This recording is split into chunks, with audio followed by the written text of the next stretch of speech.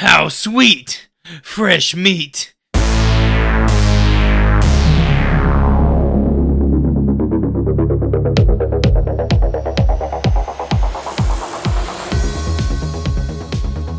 This is the Horrible Film School. Take a seat and slowly rip open your Trapper Keepers. I'm Chris, and I'm here with Professor Hootie.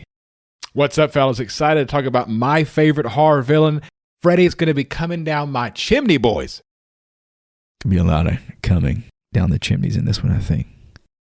Speaking of coming down the chimney, we are also joined by the Cream Master, Professor Joy, a.k.a. Dr. Nasty. It's beginning to look a lot like Christmas everywhere you go. What's that shit? Looks like Santa Claus is coming on moms. Santa Claus is coming on moms. Merry Christmas, everybody. And up, bitch, it's Christmas. Was that Scary Movie 2? It was one of those. I feel like we reference Scary Movie constantly. So much. We need to bring it into the rotation. I think they're doing like Technically, it's a one. horror movie. Yeah, I guess it's the horror parody, right? Like, if we can do Thanksgiving 3, we can do Scary Movie. Without You want to run Thanksgiving 3 back again? I would love to revisit that movie. I would not. Pay our respect. The music was dope. I think that was the only comment I had coming out of that. All right, I got a bit of news for you boys here, courtesy of the internet. This is probably more for me than for you. I feel like I say that quite often, but the newly remastered version of David Fincher's Seven will be playing in IMAX theaters on January the 3rd. That'd be the fucking shit, dude. Oh, fuck.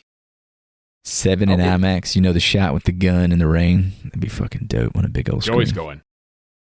No, can we go to that while we're down there in Wilmington? I was actually going to ping you on that. I wanted to catch Nosferatu that weekend, too.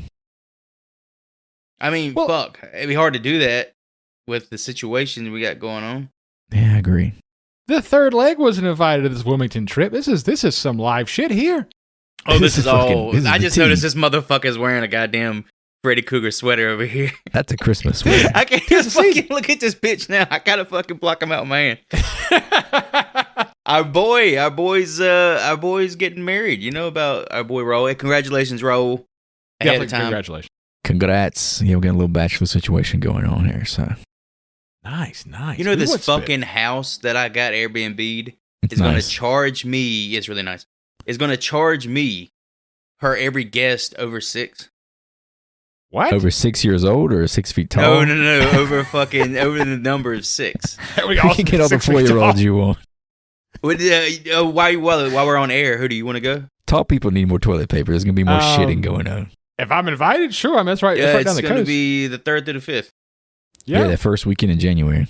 You heard it live on air, guys. Now I got to pay an extra $75 because Freddy Krueger's fucking biggest fan is coming. Freddy Krueger. I might be able to cover my footage apparently. Dude, I'm fucking telling everybody. I'm like, don't feel obligated. Don't feel obligated to fucking chip in. No one's feeling fucking obligated. I didn't fucking mean it. Man. I didn't fucking mean. Don't feel. I mean, give me some fucking money. Maybe you should flip it and say, feel obligated to baby. Dude, I'm fucking drowning in debt right now. Holy shit. My credit score is going to the fucking ground as we speak. Interest rates are dropping. My credit score is terrible. We need help. I'm having to Airbnb my house while I'm over there at that Airbnb to pay for this fucking trip. In our younger day, Chris and I had ourselves quite an evening in Wilmington back in the day. Yeah, I got some memories in the old coast there. Good times. But yeah, 7 in IMAX sounds dope. That's all I can say. That does sound sick. What's in the box? What's in the box? What's in the fucking... That's my favorite part. What's in the fucking box? John Doe has the upper hand. Morgan Freeman is so great in that movie, though. How do we feel about Kevin Spacey? I gotta say it. Well, he's been cleared. Yeah, he's good now. Legally, right? yeah, but... I fucking love Kevin Spacey.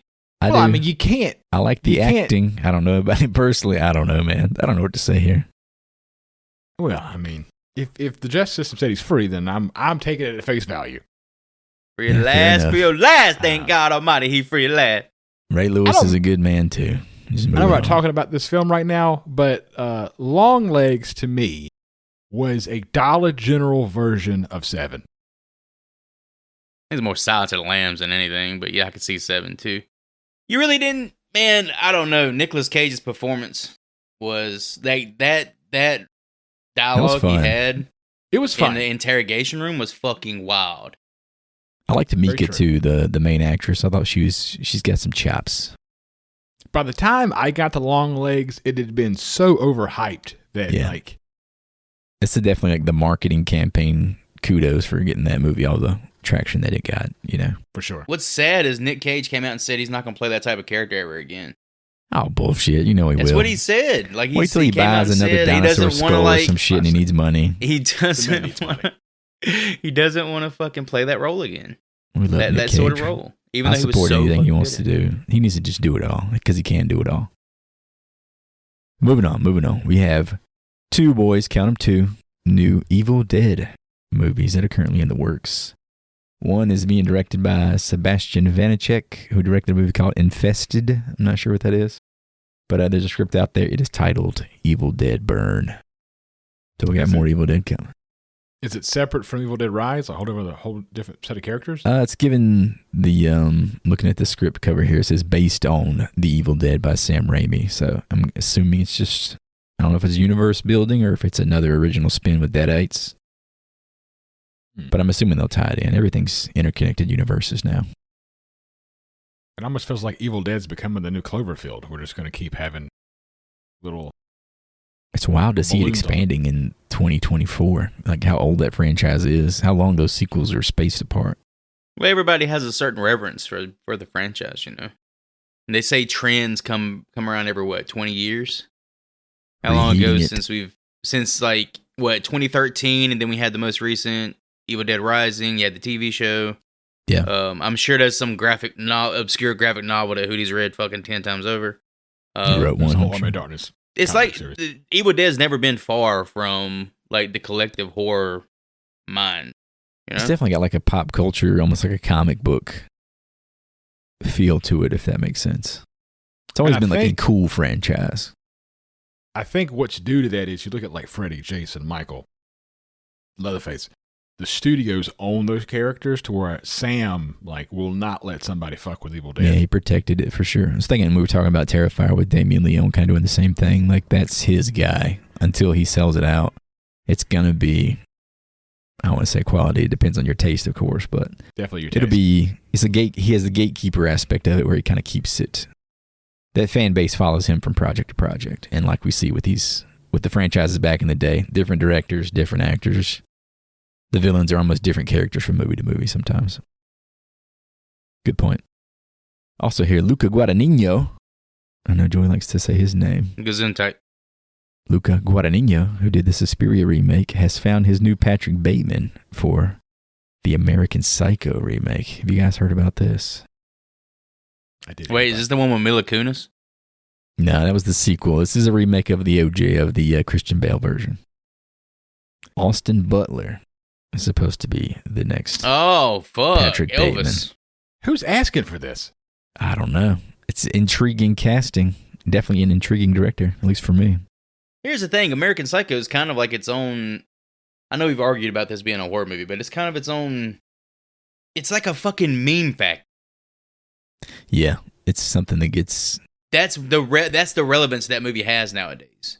Because Yeah. you see these like stills of the movie being used in constant. I was going to bring this up later, but I was recently on the Let's Talk Horror podcast, one that we've already been on before, with our good buddy BP across the pond, and he brought this up. And he was saying that it's not a reboot because it's based on a book. And because it's based on a book, makes it to where it's a reimagining, I guess you could say. So it's like another it's an adaptation. An adaptation by definition is always unique. Because you're not adapting or building on the original character. You're doing your own take on the book. It's literally literally you're taking something, you're cutting parts out.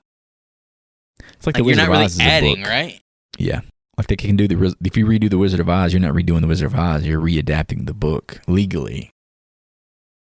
So there's nothing they can do to stop you. Much like the newest adaptation of Stephen King's It that left out some vital and very important scenes. How many times are we going to talk about?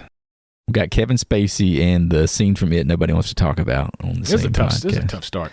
It was written. For 10 minutes. And as it was Christmas written, episode, Joey. so it should be shown. We're talking about fucking Freddy Krueger This eating is a Nightmare children. Before Christmas. Okay, if there's any movie we can talk about this, it's fucking the Friday series, Yeah, fair enough. or not the Nightmare series. Excuse me. I got two more things before we get to work here. I know we kind of batted this around, but it looks like officially we got confirmation. Jennifer Love Hewitt will be back as Julie James in I Know What You Did Last Summer's Legacy sequel. At last, my love has come along. It's What about a Freddie fish. P? Freddie P, is he still? He wasn't in the second one, was he? He was. Ray, I thought he was written off. No. Like Julie went to Brazil without him. Damn, man, this was like 30 years ago. I'm thinking really hard about this. I think Wasn't Jack Black in that one with dreadlocks? He was. Jack Black was a drug God. dealer in that movie, and he was the best part. Oh, Him and Brandy. Brandy was shit. great too. Oh, God. But yeah, I think it was like, they took some time apart or something. I don't think he actually featured in the sequel. No, he was in the sequel. Yeah, the sequel has. He's in the sequel. Yeah, he's in the sequel. He comes along at the end, I think. Of that. He comes along at the end and say, like, okay, spoiler alert. He does some stuff that results in people surviving. He's a knight in shiny armor. Also had Brandy. Yes. But she had a recent horror movie that flopped. Yeah. That grandma horror movie, whatever that was. Yeah. I remember, like, I saw the 3 previews and then it came out and no one wanted to talk about it. So, Grandma. it's like a You mean nice Ma? old. No, it was like a nice old lady. She was like in a mixed relationship. Oh, She was, like, marrying KKK. a It was white like guy. a A24 knockoff looking Yeah. sort of thing. Yeah, it okay. looked like it was trying to be a It actually didn't look prestige thing. bad. From Yeah, like it bombed from pretty the bad. trailer. We're not here. It was pretty bad. Speaking of A24, I've watched Oddity, which was fantastic, and I keep meaning to watch that. Is it worth it? It's definitely worth it. It's Irish. It's across somewhere over there. Yeah. It's across the pond for sure. It's one of the movies you like because it's a very slow burn. And then That's I the watched impression I got. Heretic. Heretic was incredible. Yeah, I can imagine Heretic being the shit. Yeah, it just went to VOD recently. Hugh I know it's got Grant a lot of looks like traction. he's made for that type of role. Man, I Creepy walked British guy. away. I walked away from Heretic wanting to watch Notting Hill, and I'm not ashamed to say it. Did you watch it that night? I haven't got there yet, but I Got a definitely little Earl Grey tea and cozied up and watched a little Huey Grant. All right, finally released just last week. The first trailer for 28 years later has become the second most viewed horror movie trailer of all time. That's pretty That bonkers. trailer is good, but it gives away so fucking I haven't watched much. it. I got the steal here where I pulled it up, the news, but I have not watched it. I couldn't control myself. I had to watch it. The second most viewed all time on YouTube. That's pretty nuts. pretty wild. I Can haven't you seen guess it. what the most viewed horror movie trailer on YouTube is? I'll give you a hint. It's a sequel within the last 5 years. Terrifier Is it 2? the It Chapter 2? It Chapter 2 is correct. That's what I figured. What a Unfortunately. fucking letdown. It's because It 2017 was so great, That man. movie was an hour fucking longer than what it needed to be. I don't know why Yeah. anybody's shocked. The second VHS was not as good as the here's first thing, VHS. though. The way that movie starts, the way It Chapter 2 starts with them being at the carnival, the fair, that is so fucking dope. Yeah. I They thought just you couldn't meant keep him that. calling They him. couldn't keep that atmosphere going the whole time. Yeah. It's too I long. enjoyed it. Don't get me wrong. I would watch that movie any day of the week. I enjoyed it. Compared to the first movie, total let it. 2017 was just a banger. You talking about some shit that could have cut out of the movie that was in the books? That fucking. Speaking of Raoul, I remember watching that in Winston-Salem at like midnight with Yep. you all. Opening night. This is true. 2017. Yep. Recall that. It was a hell of an experience. All right, man. That's all I got for the news. We're going to move on to today's assignment, which is, I know we've talked about this year quite a few times. I think we said this was one of the first ones where all the big horror icons had a movie come out this year. Yeah, this was 1988. a huge deal. Year of my birth. Year of your boy. And Nightmare on Elm Street 4, The Dream Master. Today's lesson, pure evil never really dies. God, how many times have we heard that fucking tagline used across these big three? I know everyone's like the purest form of evil. It's like every fucking one of these sequels where the killer is supposed to be dead. It's like, oh, now this time he's alive. He's really not gonna die. Well, to this point, we're in 1988, so we're essentially like, I think we've reached the same. I actually noticed this doing my notes recently. Like we're at the same year for like all of our major franchises that we're covering. We just covered Halloween from 88. We just covered Jason from 86. Whoa. Now we're at Freddy from 88. So we kind of have seen the evolution in a chronological fashion to this point. So who at this point is the most evil of the big three? And we've even seen Leatherface up to 1990, so they're all like right there. I'm biased, but I would say Freddy. You think Freddy's the most evil? I'd probably say Michael. Michael's the only one that's like an actual like human. What do you define as evil, makes I those guess? human, like, that's the whole thing about Michael Myers, right? He's like an unexplainable evil up until Rob Zombie gets a hold of the motherfucker. But he's evil just for the sake of being evil. But I feel like Freddy's an actual demon compared to the others. He's a dream demon. He's a fucking child murderer. He loves drinking piss, and it brings him back to life. Once we get to Jackie Earle Haley, you'll know more about what he did with kids back in the day. You're gonna love me. Hootie doesn't like talking about Batman. that. Hootie doesn't like talking about it. I did the fucking Batman. I thought it was fucking...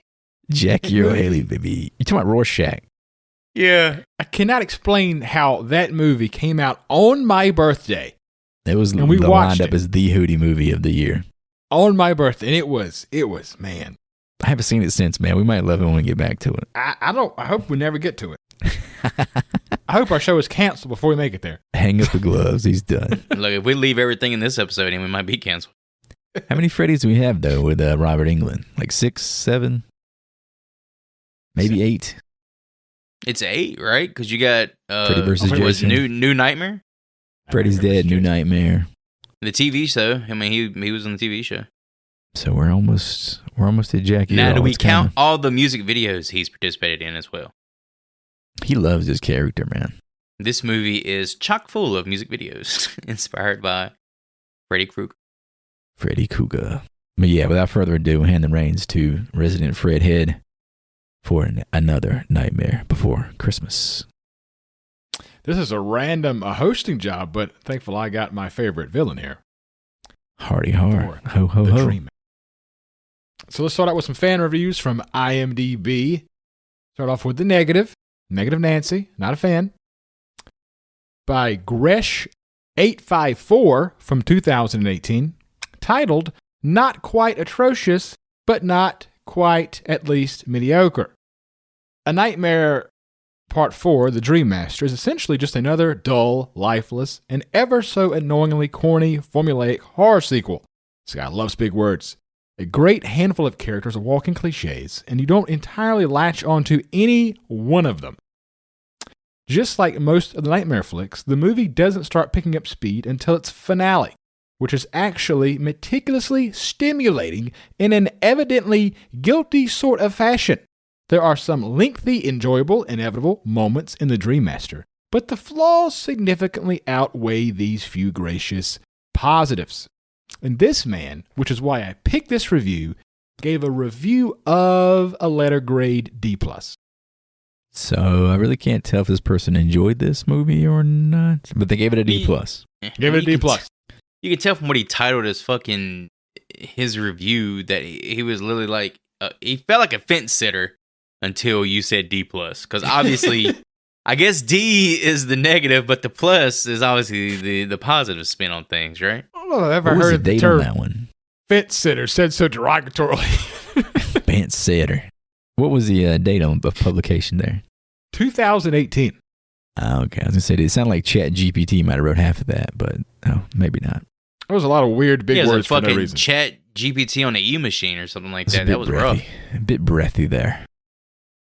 I can't really All right. say I'm in agreement or not because I'm kind of. There's a I'm on the few. fence You're a about damn that fence review. sitter. There's a few choice words in there that are actually going to be in my review as well. Oh, Joey actually wrote that review. okay. Yeah, it's actually me. The guy's not like totally off base in his perspective on the movie. It is a return to like the formula from the first movie. Like whereas the previous 2 installments, like they try to push the envelope, but Yeah, I wouldn't. D+ seems kind of harsh, especially knowing where this franchise is headed. Oh yeah. 2018, he had perspective. He'd already seen Jackie or Haley, right? He'd probably give it an A+. All right, so the other side of the coin here. From Riot KG from 2021, right in the heart of the pandemic here. Titled, Best Nightmare on Elm Street Movie Ever. This was the most well-made Nightmare on Elm Street, period. The acting is all right, and Freddy is even crazier. It is definitely better than the second one. 10 out of 10 stars. And I chose that for you, Chris, because... Oh, you shitting on my second one, bro. Freddy's Revenge, dog. For I no don't think reason. I don't think any of us disliked that movie, right? It's I okay. think I was the highest. I think it's weird how I always expect me to be the low man on some of these coming in, and I always end up like the highest. Like the last Friday we did, I was the highest on. It was different, you know? I like different. It was different in its execution and everything, but to this person's credit, this movie is very stylistic. I do like a lot of the set pieces. I do like, the production value. Unique camera work. Yeah, this is my kind of jam. Give me something.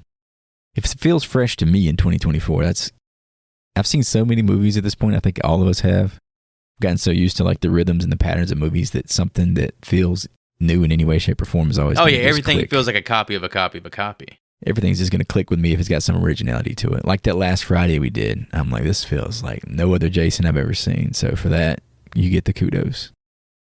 Yeah, I think Rennie Harlan did a great job in terms of like doing a lot with a little, because he didn't get any support in this fucking movie. Like you had the writer strike going on, you had all this other bullshit with the producers. They like feel like it was a cash grab and no real coherent story. Like literally the story was being made or the script was being written and the story, put together as the movie's being filmed. So to Joey's point, let's hop into the behind the scenes. Oh, okay. Sorry. The director. Shit on that. It's okay. We're moving right along. It's fluid. Rennie Harlan also directed Die Hard 2, Cliffhanger, Deep Blue Sea, and The Strangers Chapter 1. Dude, that was a fucking rotten egg. And guess what? He's also directing the subsequent sequels, Chapter 2 and 3. I saw that. I think they're both in pre or post production, but he's in the can for them. So these are like Netflix specials, right? Yeah, it's like one of those things. Like what was that Fear Street thing they did, where they just made 4 of them? That's more Stephen King shit, isn't it? What? Fear Street? Yeah. Nah, I think it's just like a was it R.L. Stranger Stein? Things knockoff thing. No. I think it's R.L. Stein. Oh, I've never seen a frame of it, so I couldn't tell you. They're not awful. They're not great, but it's like they're the Netflix version of a horror movie, right? I would say it's kind of like VHS. Like they're okay. So you mentioned Deep Blue Sea. You didn't even shout out the star of Deep Blue Sea. Oh, but I'm highly disappointed. Joy, can you tell us who the star of Deep Blue Sea is? Yeah, R.L. Stein. I'm right about that. R.L. Stein is the star of Deep Blue Sea. No, R.L. Stein wrote the fucking Fear Street books. Jack Black as R.L. Stein is the star of Deep Blue Sea. What was the question? I was like looking up this fucking shit right here. Who stars in Deep Blue Sea? What do you mean, Samuel L. Jackson? No. Try again. Oh, Thomas Jane. Yes. Tom. Wait, was it Tom? We're changing it to Thom. Thomas Jane. The lady who gets fucking eaten at the end. I think Tom just needs to become the 4th member of this podcast. He's always with us. I feel like we have to edit in like a Thomas Jane drop every time. Just that perfect chin, just chiseled chin. If there's a way like to just audio that in there. Straight God's. Here's the thing. Every time we talk about Thomas Jane, I want you to insert a clip of him crying after he shoots his son at the end of the mist. Okay. Don't remind me of that. How about something from Hung instead? You also forgot to mention that this is important to this man's personal life. He directed The Long Kiss Goodnight. Do you remember that movie? I do. Gina Davis. Gina Davis was like a mom, and she was like chopping the carrots really fast, and she didn't know why. You remember that shit? Said, I met you when you was making cupcakes. Now, shit, you out here chopping up motherfuckers. Like, you remember that Samuel Jackson. What the fuck is that quote? God damn it. Yeah, she's like a soccer mom, but she has amnesia where she used to be like this badass assassin. She dyes her hair blonde and cuts it off. You don't remember any of this, Hoodie? I've never seen this in my life. Anyway, all of this to say, Harlan was married to actress Gina Davis from 1993 to 1998. He had a son with Davis's personal assistant in 1997, which prompted the divorce. That'll this do dude it. likes to fuck. This dude's slamming Apparently. dick. Apparently, he was fucking Tuesday night on set as well. Did you Nah, guys that read about name this? throws me off every time I see it. That's a person we're talking about. That's the person I did me Wait, too. you saying he used to fuck Gina Davis only on Tuesday nights? My wires are crossed. Look! I got the fucking quote right here. Can I read the quote from Long Kiss Goodnight? Yeah, go ahead. What I'm saying is, back when we first met, you were all like, "Oh, phooey, I burned the darn muffins." Now you go into a bar 10 minutes later, sailors come running out. What's up with that? Fucking gangster. I remember that quote being a lot more cooler when I was younger. That shit was the shit when we were like, what, 5 and 6? Yeah. Read So it now. I'm kind of disappointed. I was going through his filmography, and he's got like Die Hard 2's pretty good. Cliffhanger's Got a lot great. of action bangers, man. He's an action was- director. He also turned down a couple of critical roles that could have elevated, and that would be Speed Oh, and GoldenEye. damn, that is a big deal. Why would you turn down GoldenEye?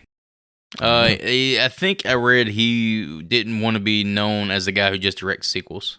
He didn't want to do it's like an MCU thing at that point. Because he did like Die Hard Hard 2, and he did fucking this movie. I assume he did other sequels. I don't fucking know. Strangers Part 2 and 3, yeah. Chapter 2 and 3. It's still to And- be.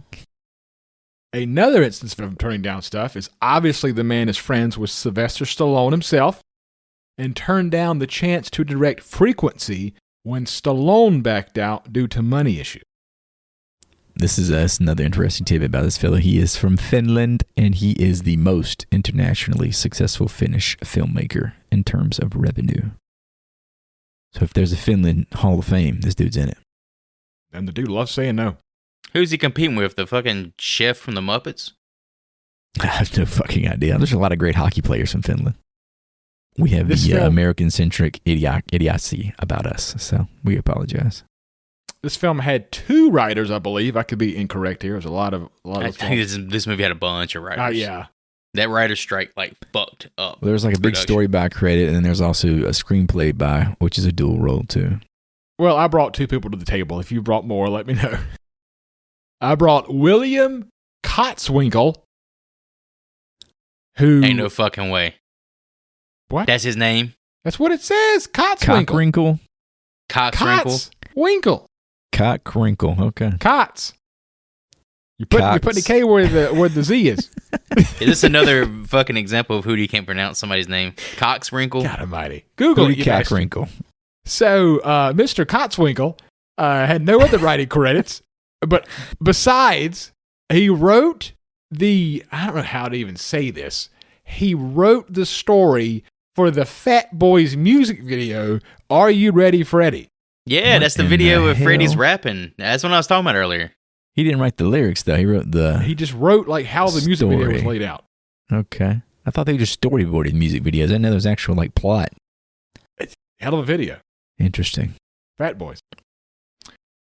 The other name I had was Brian Hegland, who wrote A Knight's Tale and Man on Fire.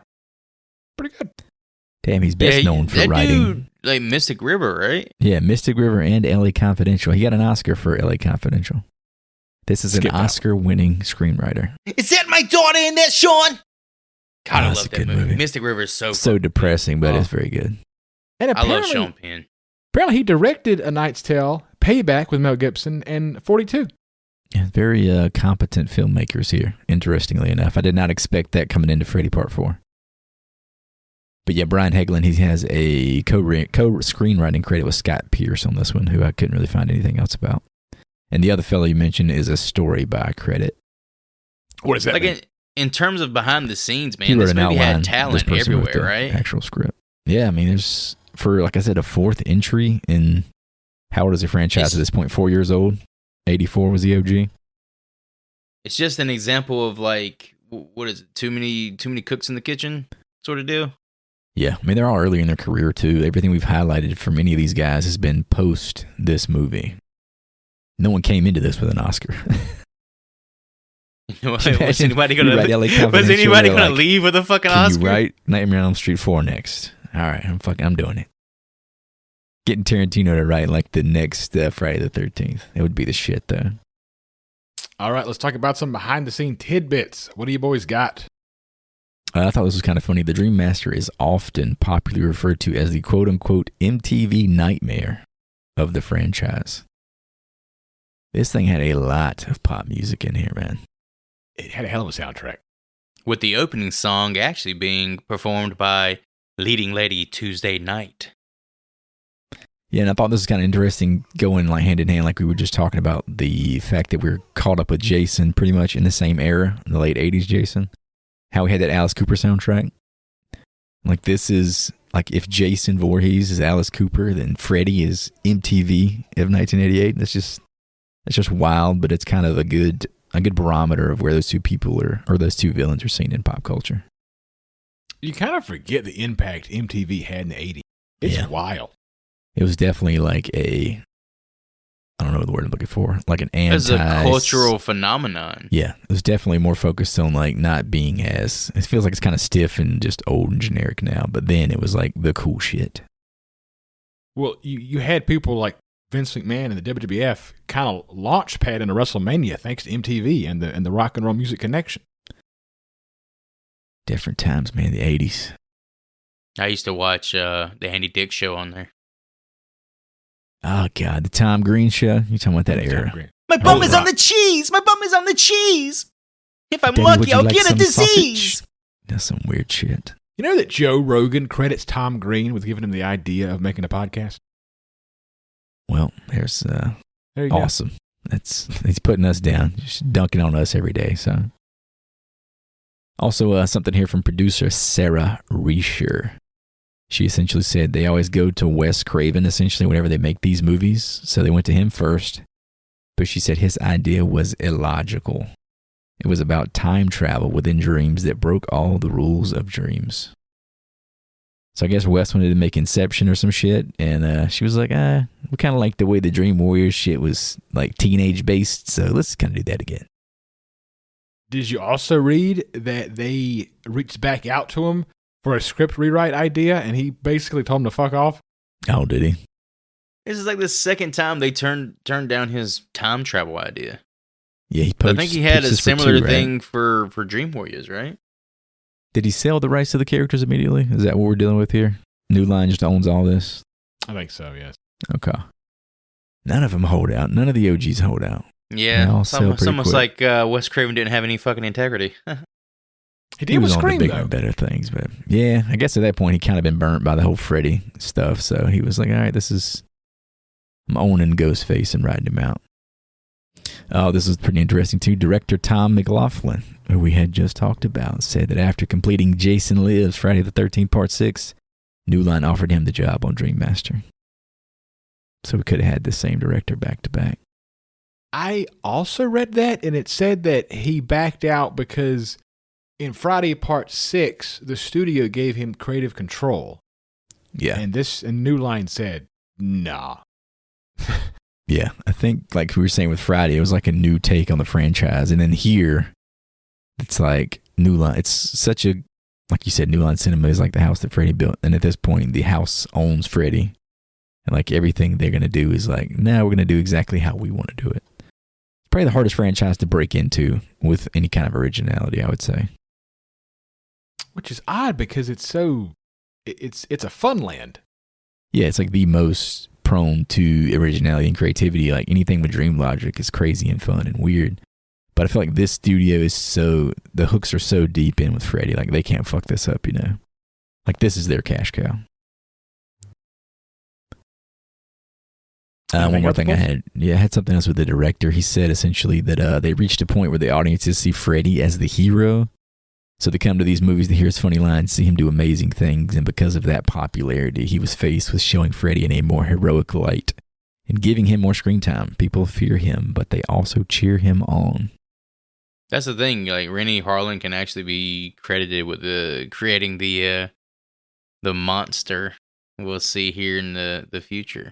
Pretty much because this movie really pushes the envelope. Well, it really pushes forward the idea of Freddy being the anti-hero. So do you guys feel like in this you were rooting for him in this one? Not quite rooting for him, but to be honest with you, I didn't give a fuck about anybody he killed. Well, I guess so. it's a I different wasn't argument. actually rooting against him. It didn't give me any. Once like the initial 3 characters were killed off, honestly I didn't even really count Kristen character. Spoiler alert. Because it wasn't Patricia Arquette, so it kind of like took me out of it. Once those characters were gone, I didn't give a fuck about any of these characters at all. So it's hard for me to root. Freddy's your only attachment. For. Yeah, Freddy's the only thing I see in this and that I actually care for. He becomes your through line because he's consistent from movie to movie, and you get just hogwash, random ass characters served up on a plate. And this was the first film in the franchise to me that there wasn't any kind of, I know we'll get into the Dream Master bullshit, but it was basically warm bodies for Freddy to mow through. There was very little character development between any of the characters. I feel like they weren't really touching with the canon of defeating this evil child predator so much as, he's just got a new, like, I think literally at one point he's like, all right, I killed all those kids. Now I just need more new kids to kill. Like, that's even like a point of, like, he even says that. Like, just bring me some more bodies. Yeah. The movie's literally a build-up to the final confrontation with no other character being an active threat to Freddy whatsoever. Yeah, I guess that's true. And again, going back to, we were talking about how, like, Robert Englund, like, how he's, like, one of a kind as far as making one of these characters so memorable without a mask. And the fact that you've seen his face on this guy 4 movies in a row, you have to naturally identify with that. Like, I feel like Art the Clown's kind of becoming the same thing. Like, that's such a face. Even if you're scared of it or you hate it, it's like you still have an attachment to that person. Because Jason could be a different person every time. I would never know the difference. But I know exactly what Robert Englund looked like. And I think that is why, so now that we've seen 3 and 4, and obviously 5 is going to get even crazier, is when Wes Craven came back with New Nightmare and made Freddy the way he wanted him to be, with just like this horrifying villain. It didn't work because we knew Freddy as like the laughable jokester. Trixie. I'm curious to see how the Warwick Davis throne, how it works when it transitions to another actor as well. It's the same situation, right? Like it did. It went to Periwinkle. What the fuck's that dude's name? Periwinkle exactly. or some shit? Hornswoggle. One of Hootie's boys. I'm curious to see how that transition works when we get there, because I have no experience with that. He's a wrestler, right? He was for a time, yes. Oh, he stopped? Yeah, he got paid, dog. To my knowledge, he stopped. What's he doing now? Working at the North Pole or some shit? All right, back on rails. Last note I had, due to the 1998 WGA strike, many of the nightmare scenes were made up from ideas that Harlan came up with rather than from the writer's script. It's like you were saying, it was kind of fast and loose. Yeah. There's some cool dream shit in here, though. Oh, there's some cool shit in here for sure. But there's also, like, probably the worst kill of the franchise in this movie. I don't know what we're highlighting there, but I'll wait on that one. Get to it. You got anything, Joy? No, go ahead, Duty. I had 2 things here. It was the first film of the franchise where our boy Robert Englund received top billing in the opening credits. Pretty big deal. It took to number 4 for that to happen. Who's top bill number 2? Saxon? It's got to be Saxon's Tuesday in night. Like 10 minutes of that, isn't he? Tuesday night is not in Freddy 2. Yeah, it's got to be John Saxon, right? It probably was John. Was it and Robert Englund? Probably, yeah. Or with. Yeah. And the success of this film convinced producers to create Freddy's Nightmares in 1988. Yeah, it's this ongoing TV series no one's seen, yeah. Nobody. We should start, you know what? We should start a Patreon and start watching these random horror shows. Just watch them live. Episodes, talk about them. baby. Well, shit, Pennywise is coming soon to HBO, so we might have... If anybody goes out there and donates $200 to our Patreon within the next 2 weeks, we'll host an episode of Freddy's Nightmare live. We'll make a Twitch channel. We'll make a fucking Rumble. We'll make a something. And we'll host it. I don't think we have any of those things in place. I don't think we have a Patreon. Yeah, I don't think so if we do, either. that's news to me. People will be fucking scrambling. Where's the Patreon? Where is it? I need to see this. It is not on your page. There's no links here. We'll review Jackie Chan's Rumble in the Bronx live. Oh, yeah. On kick.tv. If live you donate $200. That's all I got. Yeah, you pretty much guys checked all the boxes. We talk about the gross and everything. Everything. I got the box office here, but I hadn't mentioned it. Let me expand on this a little bit. Highest grossing horror film of 1988. Boom. Beating out Sleepaway Camp 2, Night of the Demons, Killer Clowns from Outer Space, Halloween 4, Friday the 13th Part 6, or 7, Child's Play, as well as Pumpkinhead. Oh, Pumpkinhead. Damn it was also the highest grossing entry in the Nightmare franchise until 2003's Freddy vs. Jason. Which some people would say it doesn't really count. So is that a Freddy movie? Is that what I'd say it is, yeah, because Freddy is like... I love Jason, but Freddy really drives the fucking movie. Freddy's the villain in the movie, right? Jason can't talk, so. Jason's kind of neutral. Don't they play him as like their helper or some shit? The kids do. I think they play him off each other. They're not really helper because he like cuts motherfuckers in half. And but they're using him to stop Freddy, essentially, right? I remember the Jason Mewes knockoff character when Freddy turns into like a caterpillar and he like fucking takes a hit of a bong and blows it in his face. Yeah. Damn, dude, I'm kind of looking forward to that movie now. Dude. Yeah. Yeah, that's all I got. What a year for horror movies. God almighty, man. The 80s were great. It was peak, man. Peak 80s horror. Because we had for Halloween 4 the same year, right?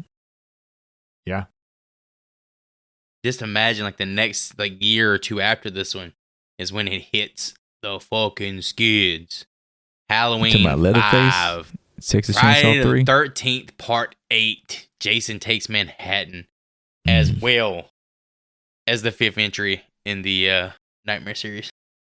Well, then you had... Silence of the Lambs was coming in 91. Everything got too serious after this. Camp is dying. You're like right before our eyes this year. I have a confession to make. I have never seen Takes Manhattan. Oh, you're going to love it. It's fucking terrible. Okay. I look forward to it. It's going to have a lot of goofy-ass one-liners. Here's the thing. Only about a third of the movie takes place in New York. It takes a while, yeah. Oh. It takes a while. Okay. However, once Jason's in New York, it's a fucking laugh, right? Yeah. I don't remember how there's this scene where he's walking down the sidewalk and there's these like these hoods, these like little gang members, and they have a boombox. You've seen 100 movies. There's a fucking boombox sitting on the sidewalk, and Jason's just doing his mean walk. Oh, because this is Kane Hodder. This is Kane Hodder's Jason. This is when Jason like gets fucking rough. And he's just walking on the sidewalk, and he instinctually, without missing a beat, kicks the fucking boombox. It's so well shot too, because you got the perspective of Jason walking towards the camera at an angle. It's so good. I'm excited. The movie's trash, but it has its moments. All right, well, let's dive into this film, Dream Master. How are you gonna fight me without your weapon, Freddy?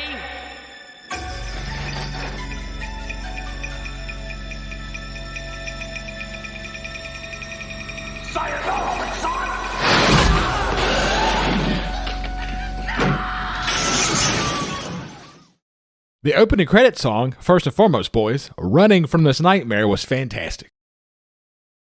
Quintessential 80s, right? Kristen walks up to Freddy's house on Elm Street and speaks with Brad's girlfriend, who informs her that Freddy is not home. Here we are. Kristen Parker, played by Tuesday Night, spelled with a K, in case you were wondering, who was in... Oh, God, I forgot about this. I got nothing for this lady, man. Dude, I got nothing for a lot of these people. Well, what you got for Tuesday Night? This lady has been in a film called Amityville Bigfoot, which I'm very intrigued by. That's the crossover we've been waiting for, dude. That's a damn turd in the punch bowl. I was like, what the fuck?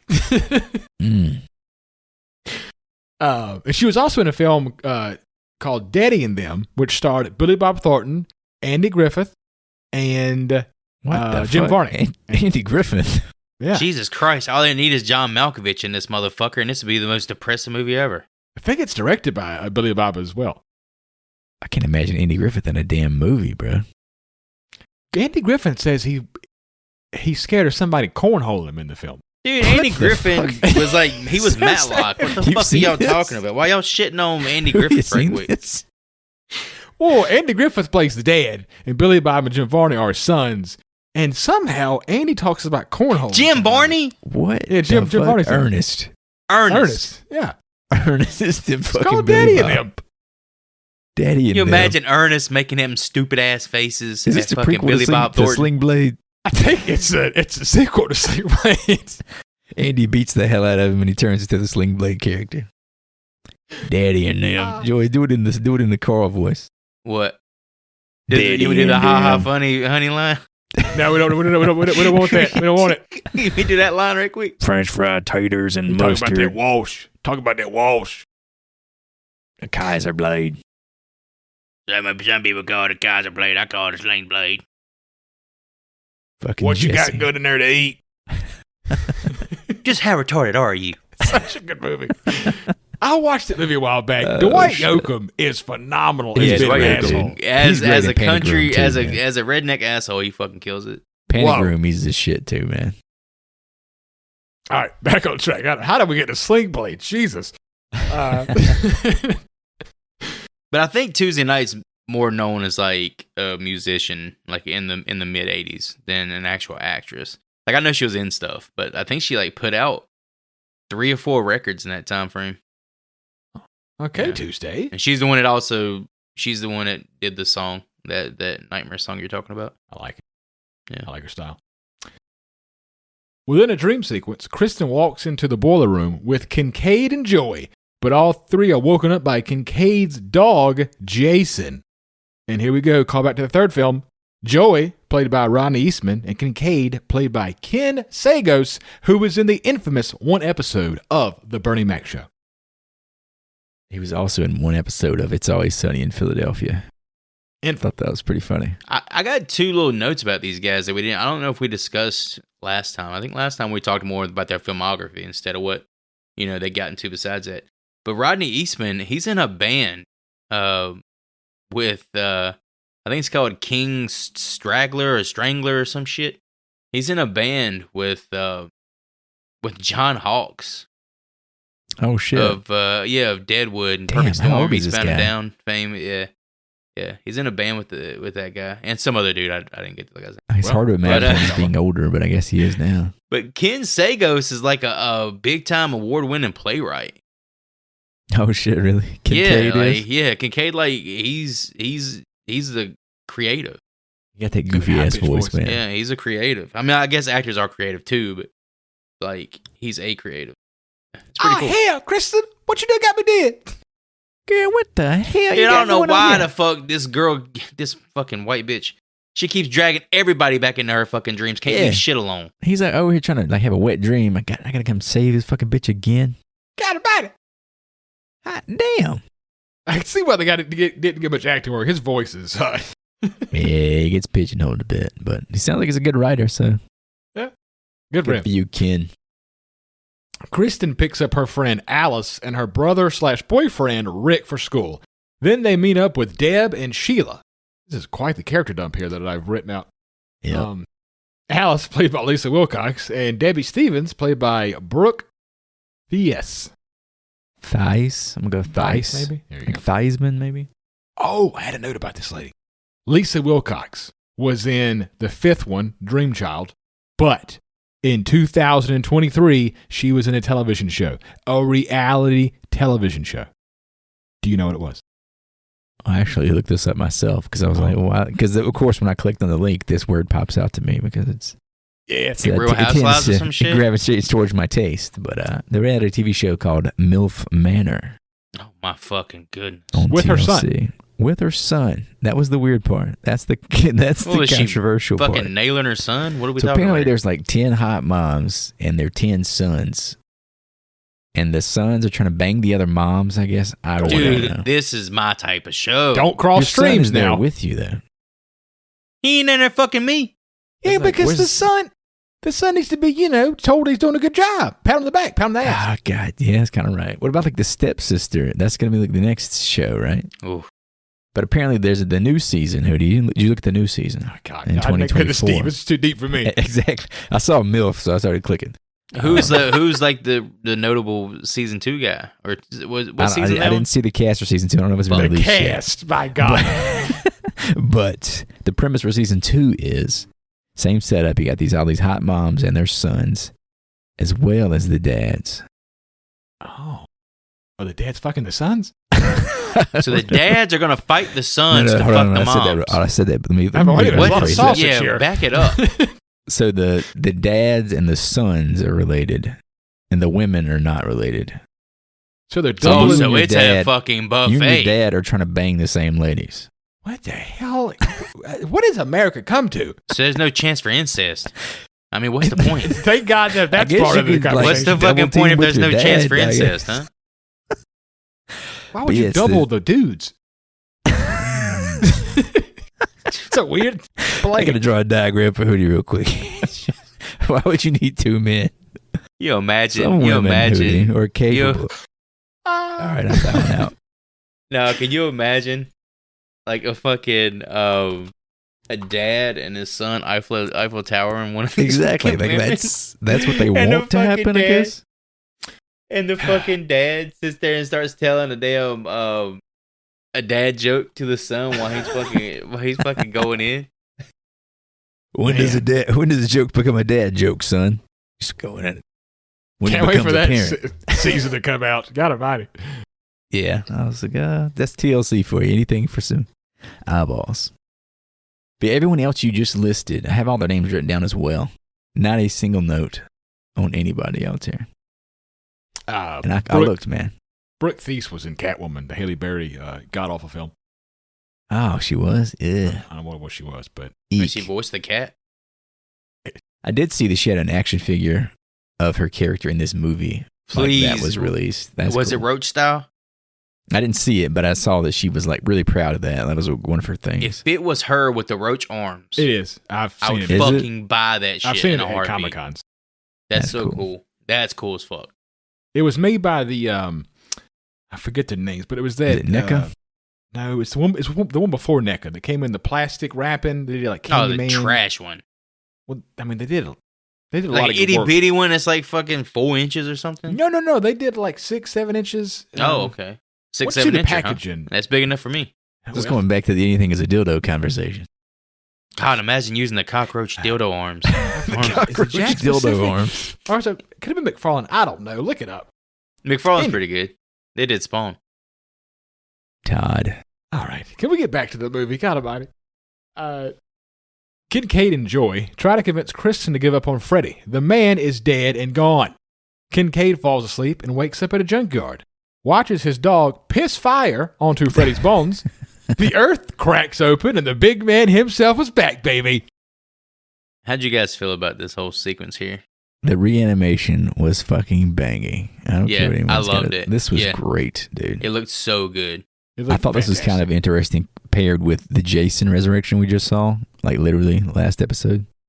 Kind of like the same setup, but I don't know what kind of like claymation, what they had going on here, but it just happened to happen, right? Yeah, it was good. Yeah. I See, don't know I how they love pulled it this off. this scene here. I love the junkyard, bringing that back from Dream Warriors. That was fucking sick. The dog pissing on the ground. And I guess it was like consecrated ground or something. By the dog pissing on it, it defiles it or something. That's kind of how I explain it away in my head. It doesn't make any sense, but at the same time, It's dream logic too. as yeah. you said, showing the reanimating of the body, man, that looked so cool. Yeah, that was great, man. That was worth the price of admission for me, honestly.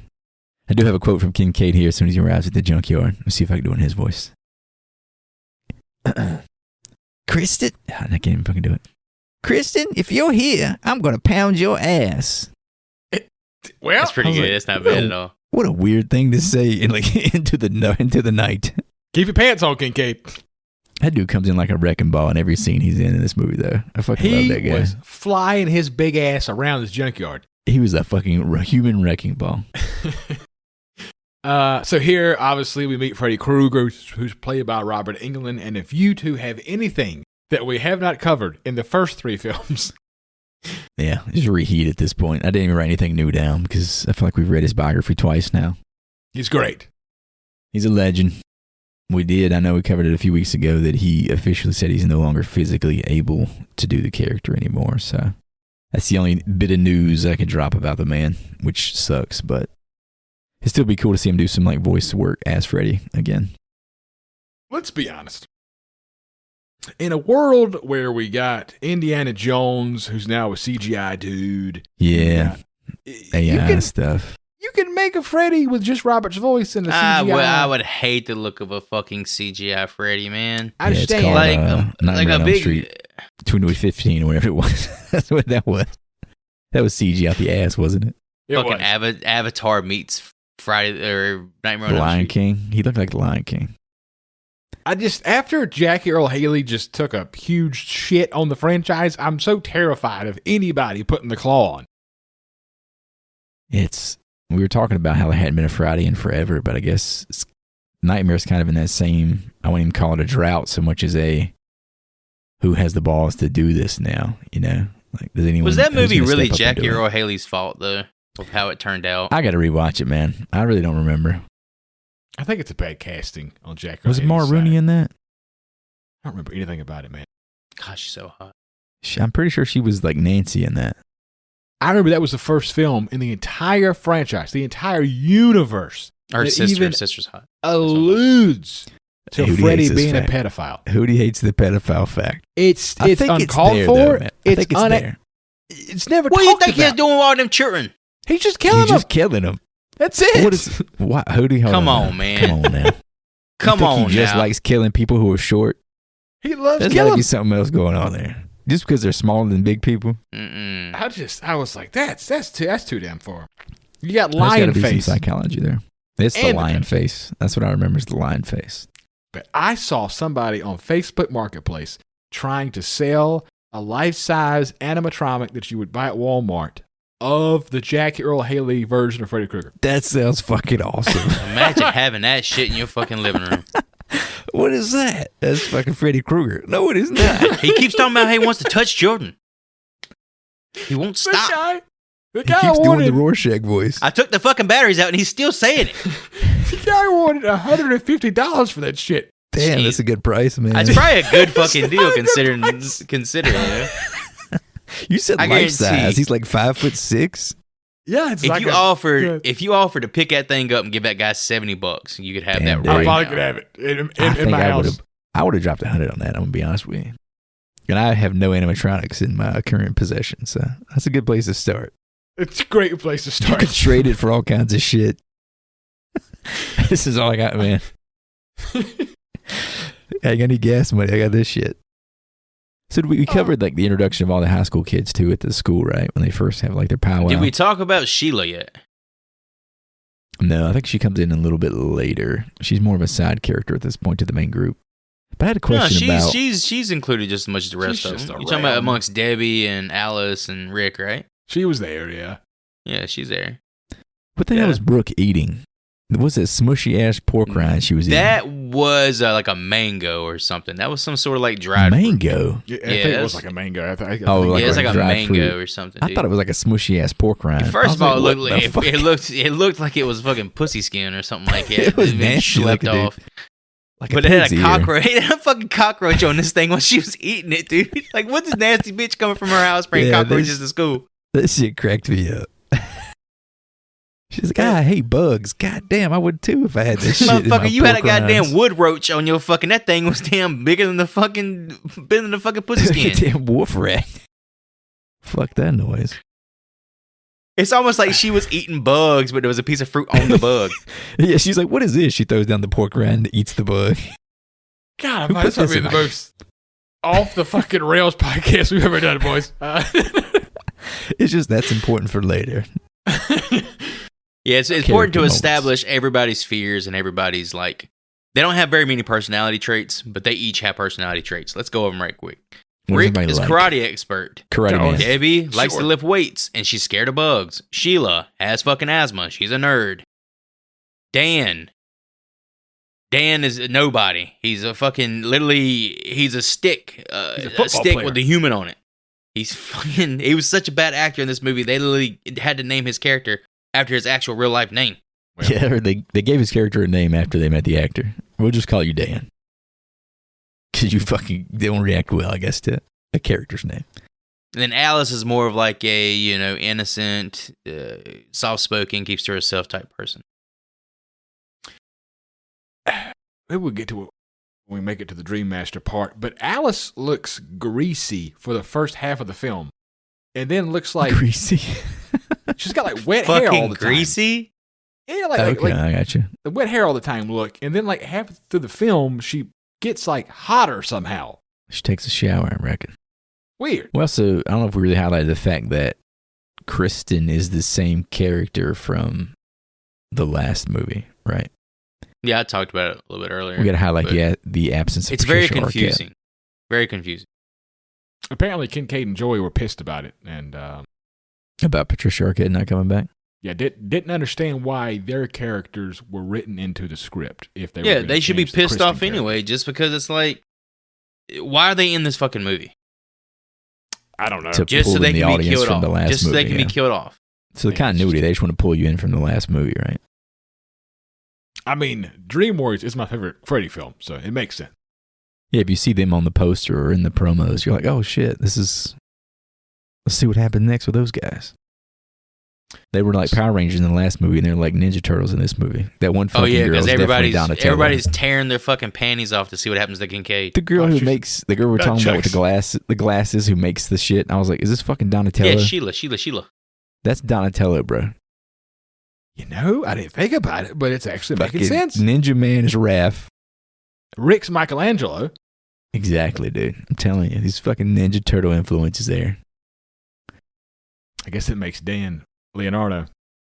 What a leap. Yes. Kincaid pushes a car onto Freddy, who then comes back and shoves his razors into his stomach. Joey then sees the naked pinup girl on the wall inside of his waterbed looking like an absolute dime. Freddy then We got bursts to the titties. waterbed and tells Joey, "How was this for a wet dream?" Both Joey and Kincaid are dead. All right. Joey is seen dead by his mom under the actual film of the waterbed drowned, right? Yes. No fucking way. This man ain't punching a hole in that waterbed with that hard cock. You know, when he sees this naked he's at least woman, creating some breathing room. you know he's punching a hole in that thing. He think he's made love to this. I mean, that waterbed death was a memory for me. Like, I hadn't remembered anything really about this movie.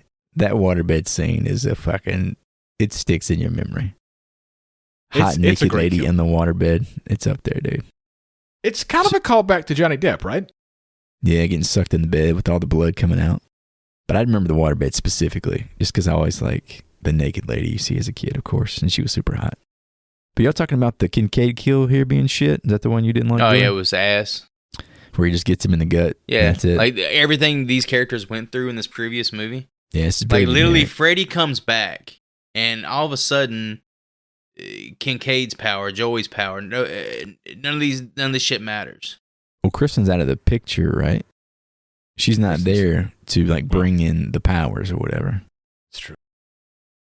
Like Was the whole thing was Kristen the lightning rod that granted everybody their powers? is, yeah, she was like the conduit because she could. I bring thought she them was in. all she did was bring them into like dreams and stuff. I think they had powers in her dreams. Oh, okay. I think that's how it worked. I might be misremembering. I but know Kincaid was back flipping and front flipping and all kind of flipping all over the damn he junkyard. was fucking badass. Like he's pushing cars and shit with his bare hands. I think he still has his powers. What did he say in the last one? Freddy, you pussy motherfucker. Yeah, that was Pussy! Damn, rest in peace, Kincaid. Enjoy going out with a hard dick. That's a joy if I've ever met one. Goes out with a dick in hand. Oh yeah. Such a joy move.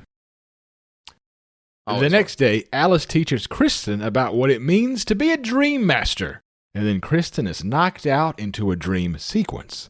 Robert Englund shows up dressed as a school nurse, tells her he wants to draw some blood, and then Kristen wakes back up. Bob as a drag nurse is awesome. I feel like he does this a lot going forward, but just seeing him out of makeup is cool. He is so close to being passable. Yeah, he really is. He's almost like a little creepy old lady. He's got one of those faces. Definitely reminds me of the Joker here from Dark Knight. Oh, yeah, for sure. Hi. I fucking love that movie. Hi. You see they're already filming the Batman too? Yeah, they've been working on it. We're talking about it for a while. Did you watch all the Penguin? No. Yeah, Pattinson's I back. stopped after a few episodes. You would? Oh, the Penguin's good. Finish it. Yeah, I heard it's okay. I need to. Kristen learns about the death of Kincaid and Joy. She grabs Rick, Dan, and Alice to help her go into the house that Freddy built. Kristen's mom, for some reason, forced her to this come. fucking scene here with her mom. I don't know what was going on. She just shows up. She just pops up randomly, right? It's antagonistic as fuck. Kristen, get the hell away from that house. Andale. She just speeds off like a fucking lunatic. Move, you dumb bitch. And just drives away. So Kristen's mom forces her to come home to dinner, and she drugs her own daughter with sleeping pills. Kristen goes to sleep and wakes up on a beach. I need a perk 10. I need a perk 30. I don't give a fuck if it's 10:30. Kristen's mom done spiked the fucking lemonade and sentenced this girl to death. To death. She kills this fucking girl. Death. She literally tells her mom, "You just killed me. You fucking murdered me, Mom." This is weird. I think this character, there was even an insinuation that she died in the last movie. So they were confused about why she was even in this one. Wasn't she the one that Freddy engages in the suit? Like, why is the character even here? You know Freddy in the tux? Oh, yes. Isn't she that mom? That is true. Yes. She should be dead. No, he doesn't kill adults. Yeah, but he off-screened her. It's like the implication in the last movie. But she's here. You had the same thing for Nancy's mom in the first movie. Did she come back? That's for the line. He pulls it through the fucking window, right? The blow bell. The line that you loved in that one was something like "get the bourbon, bitch" or something like that. Yeah, that was fucking great. That's the line of the mom. Tuxedo Freddy was great. Also, the mom is fucking horrible to this kid. What appears to be a Freddy fish fin swims to shore after Kristen, who runs into quicksand, and then Freddy pushes her into his house. Alice is able to walk into Kristen's dream, and Freddy tells her to come to Daddy. He rips open his shirt to show the souls of his victims inside of his body. Yeah, that shit looks so sick, right? Yeah, all the practical effects in this one were way better than they had to be. So at this point, has he javelined Kristen into the fire? It's basically happened at the same time, yeah. Yeah, he javelins that bitch to the fire. Alice is already here, though, right? Yes. She's seeing this happen. So can you guys explain to me the Dream Master concept? I really don't know what the fuck Alice is talking about. It just sounds like some ripoff of another nursery rhyme that gives gives her character a levity, like gives it reason to exist. So being conscious in your dream makes you a dream master. I really don't understand what the hell she's building up here. Give me both. I'm really confused by it. I really don't know what the title of this movie's about.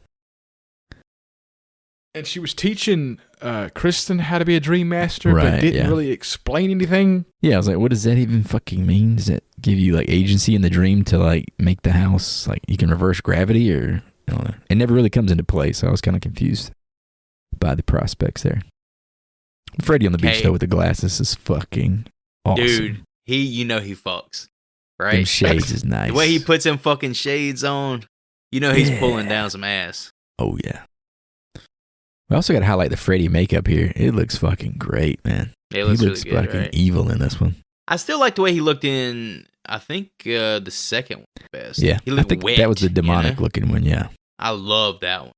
But he still looks the way he looked in that one, good. too. Yeah. But the makeup here looks like it's taking a step forward to me. Yeah, for sure. And let us not gloss over the fact that there was a little girl on the beach building a sandcastle, laughing like hell. Yeah, of course, a staple of a nightmare movie. And that, of course, reprising her role as the credited little girl in these films is Brad's girlfriend from Home Improvement. She's been in more than one of these? She's been in the third one and the fourth one as the little girl. Rick and Alice run over to Kristen's house to find her body burning in her bed. No mother in sight. The next day, during a math exam, Freddy decides to pay Sheila a visit by writing a note on her paper, "Learning is fun with Freddy." Both Alice and Sheila see Freddy at the front of the class, peeling an apple with his razors. Freddy asks Sheila if she wants to suck face, and then literally sucks the life out of poor, sweet Sheila. This is the 4th teenager that has died in the past 48 hours in this town. It's like all bets are off at this point. Like, you have the death of Kristen, you have the death of Kincaid, you have the death of Joey. They're all like the original Elm Street kids, right? Yeah, I think they even alluded to the fact that he was trying to get rid of the children of the parents who had murdered him, right? Yeah, now that that's taken care of, and with Alice inheriting Kristen's ability to pull people into dreams, like during Kristen's death sequence, now she involuntarily does it. That's why Sheila's in this situation. And this fucking death scene right here is so good. That's fucking cool. Loved it. Donatello got fucking deflated right there in class. Her fucking face after he like sucks her like breath out. Like literally it's creepy. It's so fucking creepy. There's so many like creepy deaths in this movie. So I get that like they pulled a psycho here. You get halfway through the movie, your main character you think is going to be Kristen. She's off the board. But we see the Alice character kind of becomes a stand-in for Kristen. So I guess what I'm wondering is why, like what was even the point if she just took over all the Kristen role, you know? Yeah, they just want to introduce a new cast of characters to have a fresh body count. And by killing off the old characters, it's like passing the torch. Literally passing the torch on to a new generation of people to be killed. Right, yeah. So why do this halfway through the movie, though? Well, this would be like, canonically, you think this would be the first scene of the movie or like the end of the previous movie, you know? I feel like if they were able to get Patricia Arquette back into this role, it wouldn't happen this way. They would have rode her out to the end and then did the handoff at the end of the movie. They would have did a Nancy. They would have did a Nancy to Kristen like they did with Dream Warrior. Like the mentorship type deal. Yes. I feel like they did the same thing. Gotcha. It just felt, I don't know, it's my really only complaint as far as the story is concerned because I'm having a good time with all the effects work here. I feel like Dream Warriors was such a huge success that they probably put Kincaid, Joey into the trailer to get you excited about the Dream Master. Like it's our guys are coming back. First of all, if you want to get me excited for this movie, you got to put the motherfucking Game Wizard in the trailer, big boy. The Game Wizard? You got to give me the motherfucker who's the damn Game Wizard. That's the guy I care about. He goes out like such a fucking punk. Yeah, like that wheelchair from fucking hell. Poor guy. The following day, Rick falls asleep in the bathroom and sees Kristen burnt to a crisp laughing at him. He is then sent down an elevator shaft, and he walks into, you guessed it, a dojo. And I hate this scene so much. And is forced to fight an invisible Freddy. And ends up kicking his glove off, only for it to be sent flying right into his stomach. And yes, you guessed it, Rick is also dead. Yeah, this was weird. I got one more thing to say about the classroom scene before I move on to this shit. So they had Freddy in the classroom, right? And he didn't scratch his nails on the chalkboard. Yeah, seems like a missed opportunity there. Peeling the apple was nice, though. That was great. I was actually very impressed. He peeled it like very well. He did. You can tell he practiced with those gloves, like at home. But yeah, this whole fucking scene here with him fighting the invisible Freddy, yeah, with Robert Englund's voiceover was fucking awful. Fuck was this was terrible. From what I understand, they shot a death scene for Joey, and it didn't work out. So they had to reshoot something without Robert Englund. And that's why this plays out the way it does. That's the dumbest fucking excuse for a death. Like, that Robert Englund wasn't there, so they had to do something. That's why he wasn't there, invisible. But they actually ran out of money. Yeah, they couldn't pay Robert Englund to come do a reshoot. So no, it wasn't Freddy's that. Okay, for this reason? It's part of that, but his whole death sequence, it wasn't supposed to be this at all. Yeah, it was actually totally supposed to be right? less elaborate. Like it was supposed to be him standing in the elevator as the elevator falls apart. Right. Eventually, it just falls into nothing. He just dies. Yeah. So they just came up with this fucking dojo shit because they ran out of money. So they went and fucking bought a bunch of shit from Hobby Lobby and built this little dojo, this makeshift dojo. And just had him shadow boxing and had him fight a glove. It was cheaper to do that than just have the elevator explode? I guess Apparently, like the cost of the effects of the elevator, yeah, was actually more expensive than having this set piece. They just probably rented this room out for an hour. Oh, it this looked like is it was shot definitely in like no time. Like a Days of Our Lives set for sure. All it was is they took a bunch of fucking smoke machines, a bunch of pillows with Asian characters on them, and a bunch of curtains. That's it. Which I totally get. I understand how like budget constraints work, and that's how movies are made. But Robert Englund is fucking invisible in this scene. Invisible for no fucking reason. Makes no sense at all. Well, you think about it, they would have to choreograph a fight sequence. Otherwise, I don't care. Have him roll on the ground, dude. Invisible Freddy? What the fuck? No one wants to see that. It doesn't make any sense. We literally have been talking about how you want to see Freddy in this movie. It's just it's frustrating. Show me your skills, Rick. He's just a fucking hand. He's like, oh, I found your ass now. Wait, what's his fucking skill? Is he the Predator or some shit? I could shoot this in my living room with my phone. He can see fucking infrared? It's fucking weird. Dude, when that motherfucker... when he says... Sayonara, Rick-san. Yeah. They could have just do the generic, like the Kincaid kill. Just do that in the elevator and call it. You know, that would have been better than this. I've got one suggestion for this scene that would have made it actually really, really, really fucking good in my opinion. All right, you got the glove, right? Don't tell me Invisible Freddy's involved. No, he can be invisible. It's totally fine, whatever. How cool would it have been for Freddy's glove to have like the wakazashis? Like the really small knife swords they have with the katanas? Like during the Rick Asian Dojo Dream like sequence. Like if it would have been like little wakazashis on the glove instead of like his like normal butter knives or whatever they are. Made him seppuku with him or some shit. Dude, how fucking cool would that have been? That could help. But again, why the fuck is Freddy invisible? Anyway.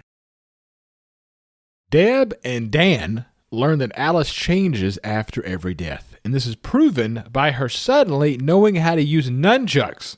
Ooh, what's happening to me? Nunchakaru!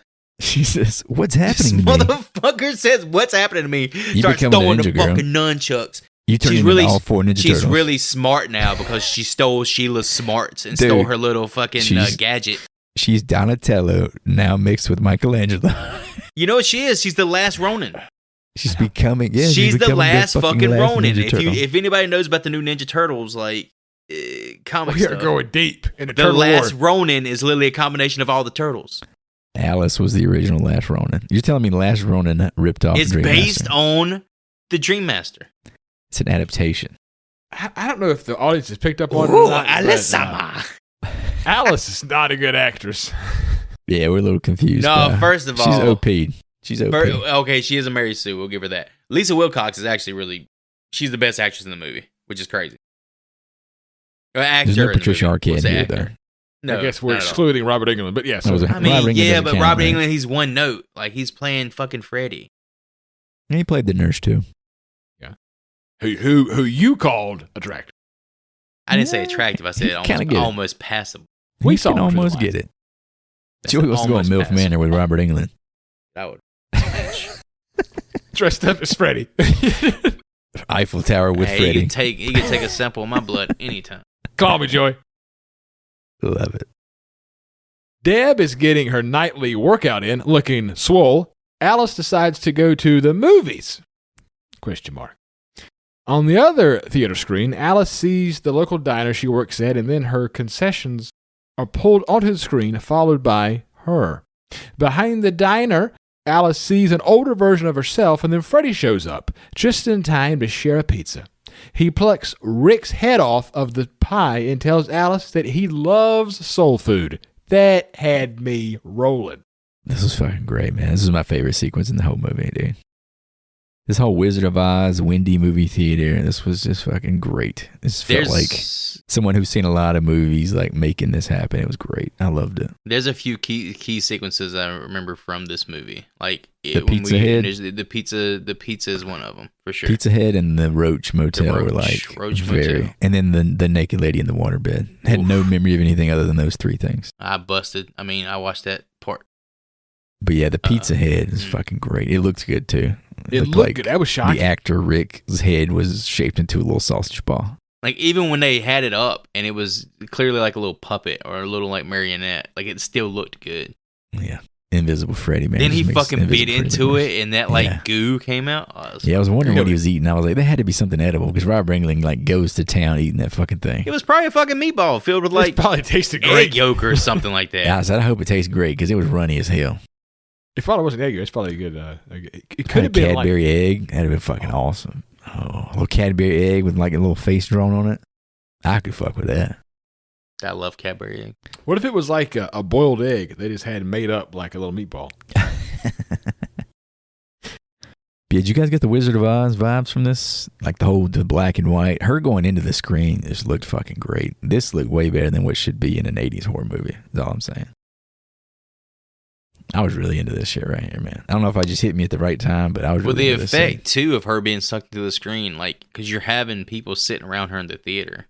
Yeah. And she's literally hanging like, trying on not to dangling. Move, like, that just goes back to, like, the movie's production value. Like, they get so creative with it.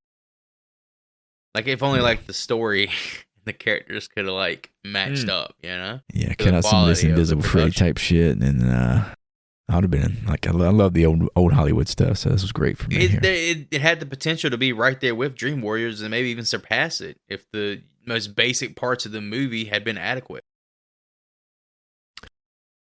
Freddy asks Alice to bring him more, and then sees Deb grinding out another set on the bench press. Good God, this bitch is supposed to be a damn bodybuilder. She's talking about I don't lift for hours a day. The bitch has got a bar with 2 tens on it, or a 10 on each side, and she is grunting. Was it 10s? It was 10s. It might have been probably 20s. being no, hell no. I know what fucking. It was those old cement weights with the plastic shell. You remember those? I'm being generous saying 10s. Mystery I'm weight. thinking it was 5s. Yeah, it was rough. I'm being generous. Talking about you working out for hours. I'm confused about a little bit of this here. He wants Alice to bring more of the kids into her dreams, right? Yeah, she's not doing it on purpose. This whole thing is just like she's not able to control her new powers that Kristen has bestowed upon her. Kristen is literally the one killing all these people. Is Debbie falling asleep while she's bench pressing here? She ain't on that test. Why is she sleeping? I think it's none of these kids are sleeping at all, and she's exerting energy. They're being pulled into the dream. So it's something that can happen while you're awake. She's bench pressing, listening to what is that song? I guess something funny about Sinead O'Connor. All Is Love or whatever. Sinead O'Connor, Can't Keep My Hands Off You or something like that. Yeah, Touch Me, Can't Keep My Hand. Yeah, I don't know. So she's not asleep when she's working out? I think she falls asleep. While she's bench pressing, she falls asleep. In between. Yeah, if I was doing 2 10s, I'd be falling asleep too. Motherfucker, I'd be still asleep right now if I was doing 10. Working out of my damn sleep. All right. It's just a big. Hell, I work out harder when I take a shit. Then she's working out in this fucking scene. I can see you with a 20-pound shit. I can see it too. I can smell it. Oof. Freddy helps Deb with her bar and breaks her arms at the elbow. Both of her arms then become cockroach arms as she runs down a long hallway.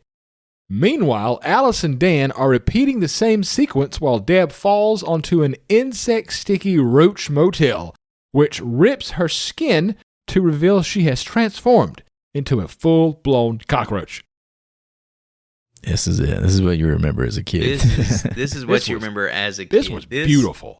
Is one of my favorite kills in the entire Nightmare franchise. It has stuck with me.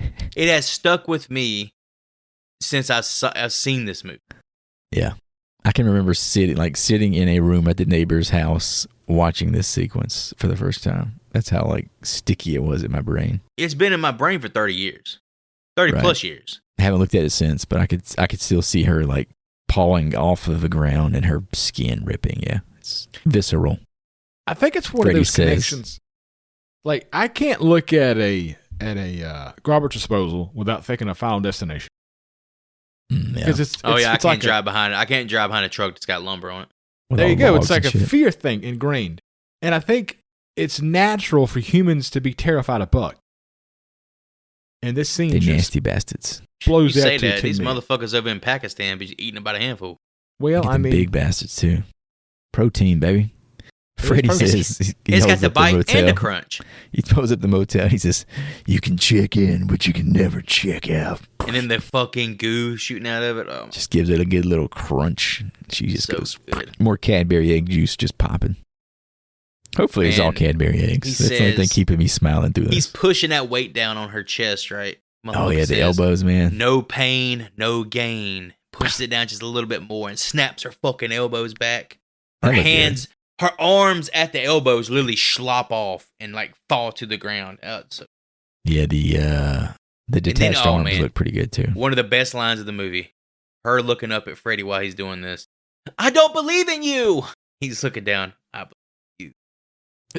He's fucking just pushing it. So He's So, cool in this one, man.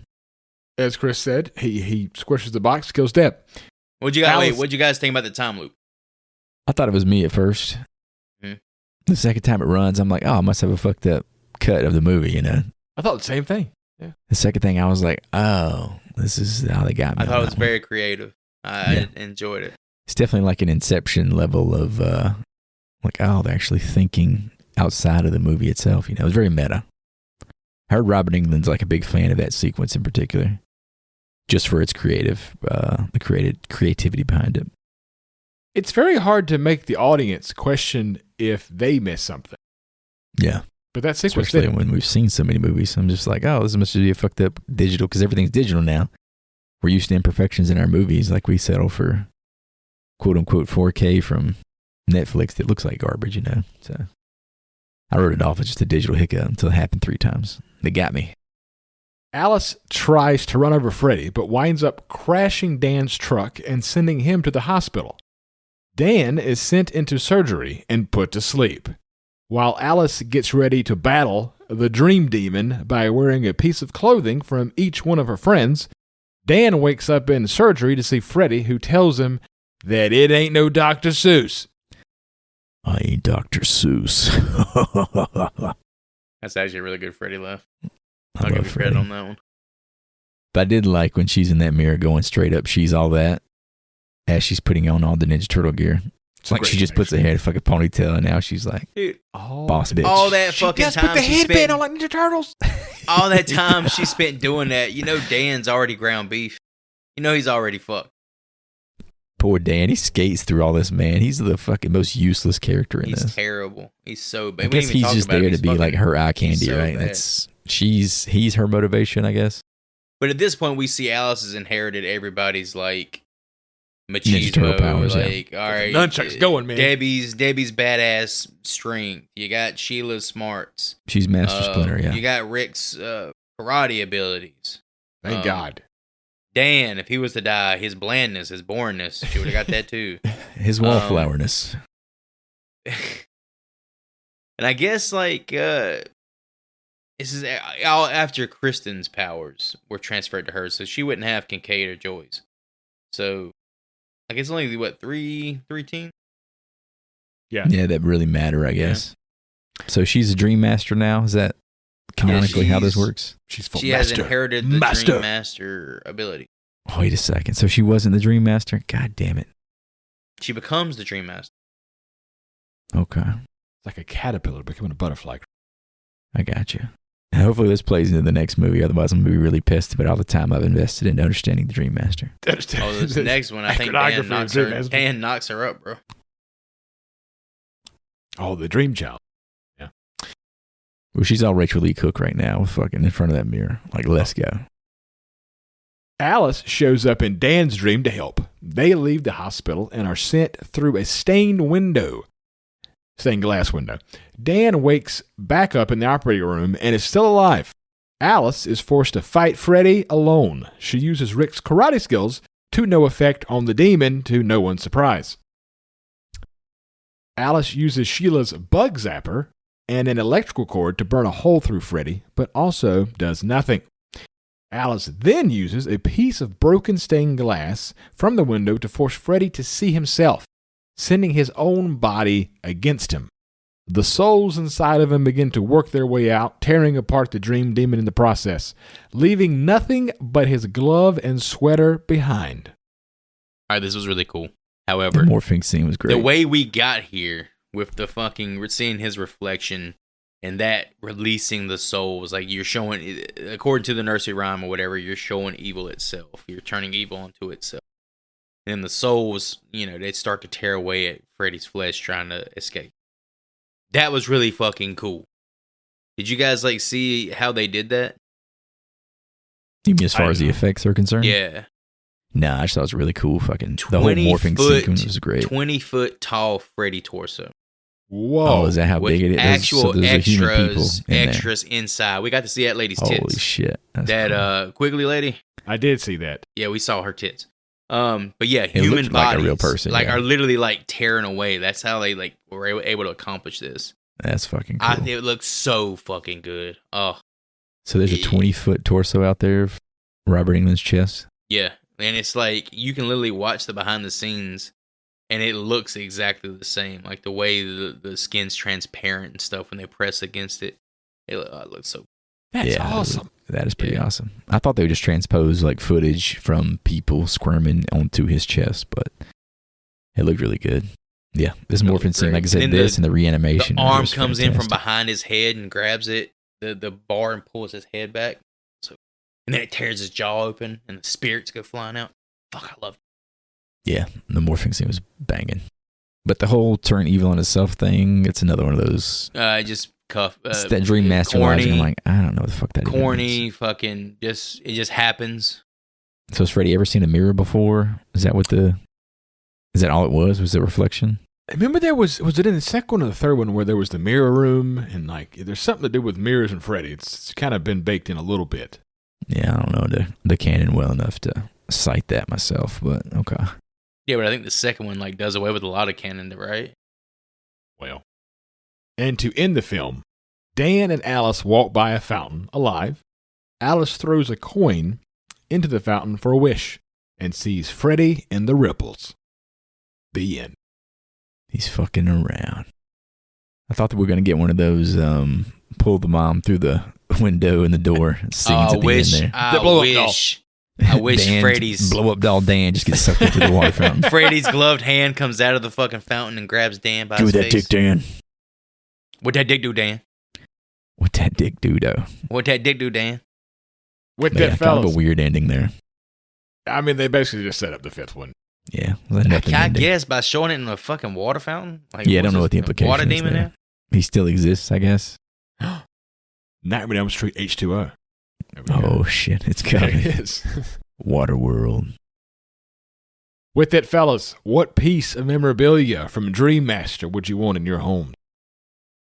For me, it's gotta be the Greetings from Hell picture on Alice's postcard? mirror after he kills Kristen. Yeah, that was pretty funny. How That was fucking nice. cool would it be to get a postcard from Freddy? With That's a Robert great England's signature on there, that'd be banging, Yeah. dude. That'd be a great autograph. It looked sequence. it was so on the nose for what you would expect. You know how every time you wake up from the dream in the dream world in the Freddy universe, there's always something missing. Like you'll be missing your shoe, or you'll have a claw mark on your arm. Imagine waking up and just having a little postcard on your fridge. Just a nice little reminder of, Yeah. hey, just waiting in hell for you. Right there.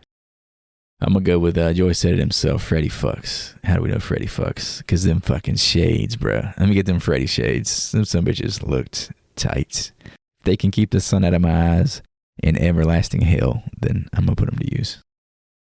I like it. Solid picks, boys. I'll round it out here by grabbing probably one of the coolest props I've seen in these films, and that would be the Soul Pizza. Soul pizza is fucking dope. I'd try a bite of that. Why not? What if it had ham and pineapple? It'd be even better. I love some. Ugh, love fuck ham me. and Why pineapple. can't it just be like cheese and Why can't it and just be pure meatballs, man? cholesterol and fucking heart attack? God damn. There's Protein. got to be some weird shit. You don't like ham and pineapple? I dude? do like it. It's fine. I'll eat it if it's in front of me, but I'm not going out of my way to be like, oh, can I get some Hawaiian bullshit on this pizza? Put a little barbecue sauce on it instead.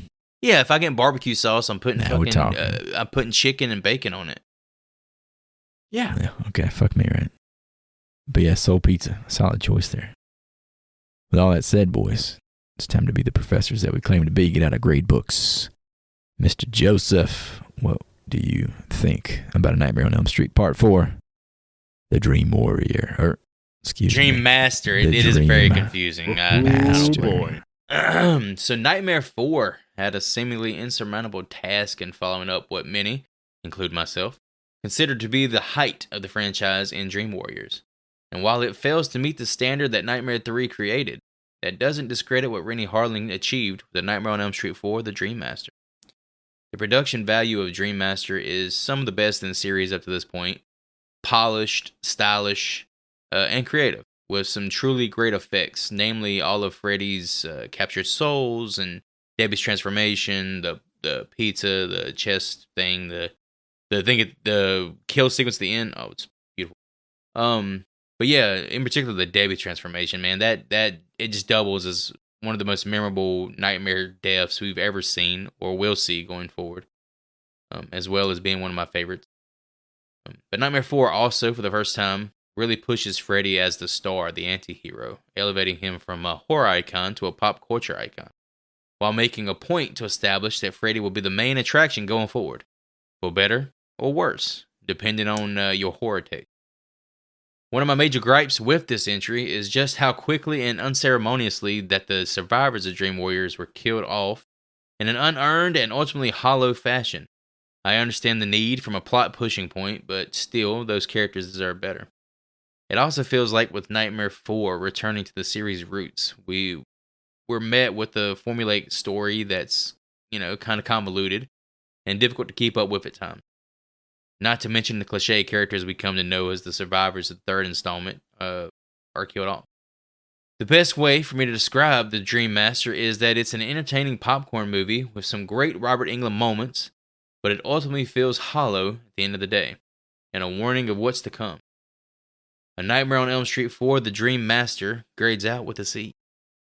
All right, so A Nightmare on Elm Street 4 leans hard into the dark comedy over the pure horror that we may have gotten used to so far in this franchise. However, Robert Englund's Freddy is peak sardonic. He drops one-liners and bodies just like the Dream Demon does. The practical effects are delightfully bonkers, transforming Pizza Face, Roach Motel nightmares. Freddy's resurrection and final morph scene are standouts for me in the franchise, let alone this movie itself. This one is not groundbreaking for the franchise, but it's definitely a fun ride. Karate scene aside, and got to point out this one may make you laugh more than scream as compared to some of the other Freddy movies, but it does have what is to this point my favorite Freddy movie moment with the Wizard of Oz / movie theater sequence. I just really appreciate the meta-ness there, and I think I kind of got what Mr. Harlan was going for.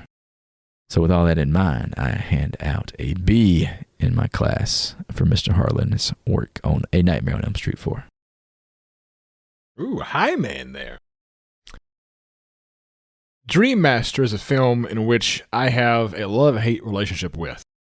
We all know Freddy is my guy, and this film gives you Freddy in full force. However, it lacks severely in other areas. The plot is clearly thrown together as a way to capitalize on the third film, and also attempts to create new characters for the franchise moving forward.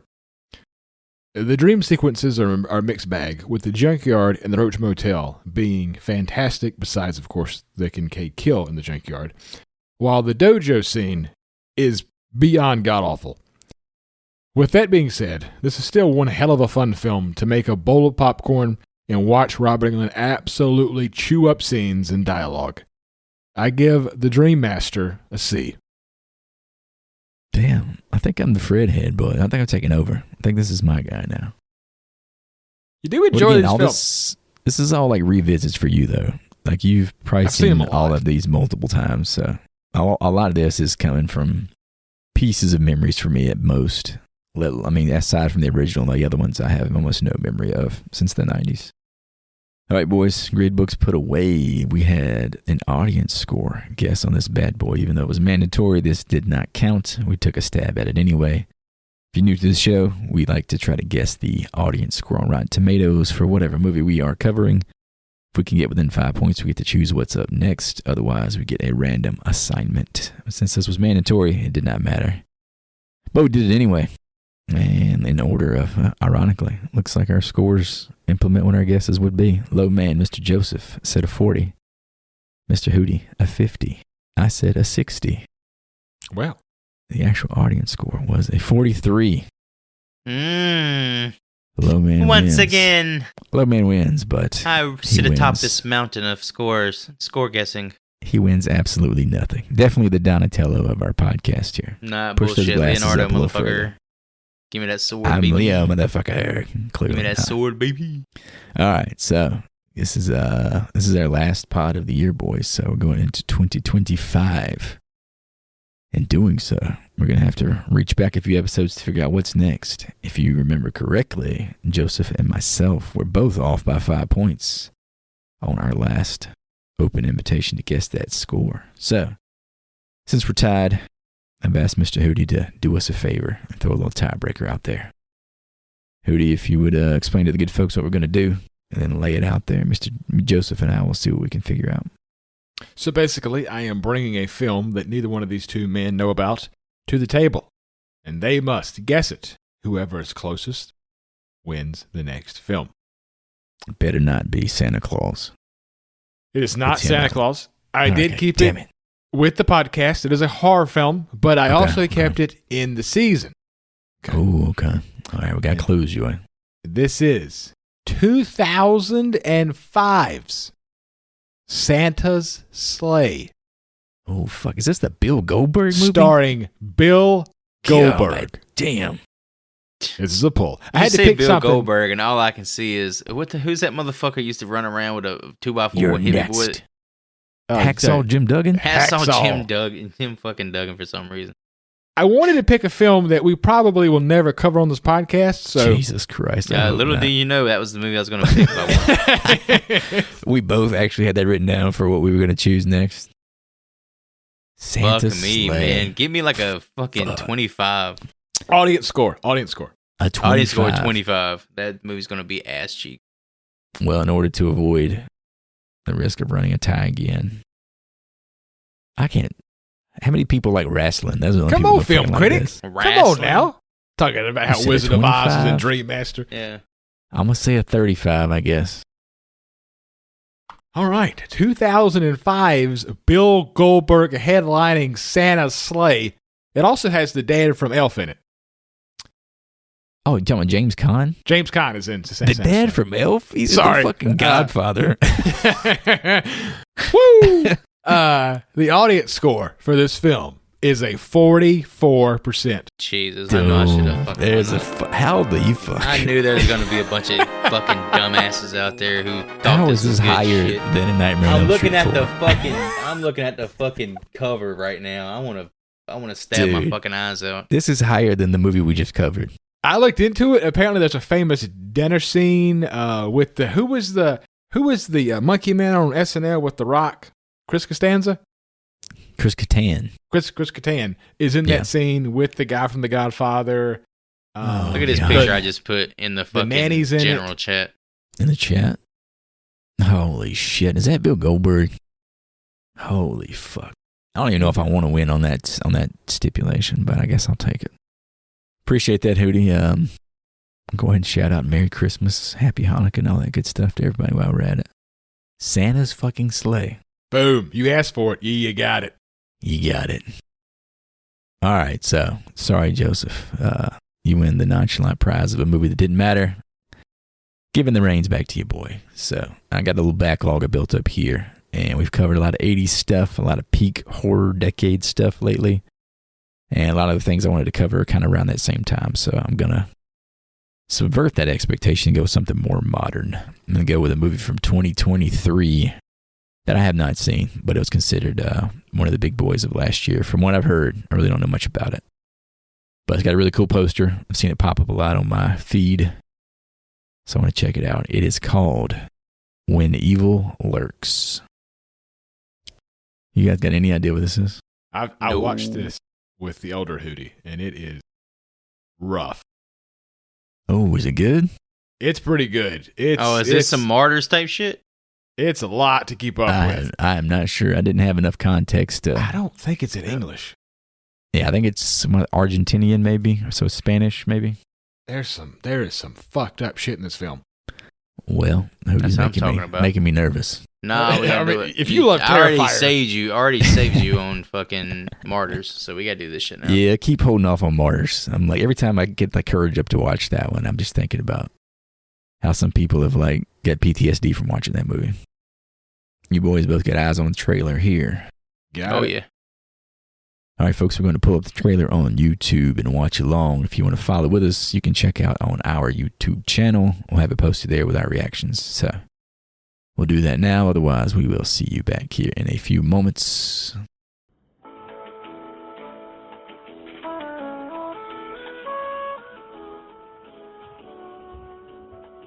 That's where the cool independent horror shit is these days, man. South America. I'm going to go with a fat dick 70. He's big. I will abstain since this is my choice. I'm going to go 84. Damn, you think it's that good? It was that good to me. What did I say? That's awesome. You said 70, I think? Okay. What'd you say? 84. 84. Looks like this is streaming on Hulu, it says. I don't know if you need some kind of premium subscription. AMC Plus, it looks like. So you might be able to catch this on Hulu. For people who are looking to stream, you can rent or buy wherever you choose to do those things. And with that, I could say thank you for listening. Check out horrorfilmschool.com to find links to our episodes, social channels, and the merch store. As always, you can support us for free in 3 simple ways. Rate, review, and subscribe. If you're feeling generous, send us some postcards from hell. I'm going to send my support to women pumping iron and getting swole. Have a merry, merry, merry Christmas and a happy new year. Freddie loves you. As always, if you're hearing our voices, spread the love, spread the campaign that is the Horrible Film School. Don't forget, if last minute shopping, Christmas is already passed. So maybe if you celebrate New Year's, merch store is still up. They got a sale going on. Check it out. And with that, I'm going to go see where evil lurks. And I'm out. Thanks for all the likes, the subs, the listens, the follows, the downloads. We really appreciate you guys and gals' support, as well as your time and attention. Be sure to join us next time when we find out exactly what we do when evil lurks. 2023. Class dismissed.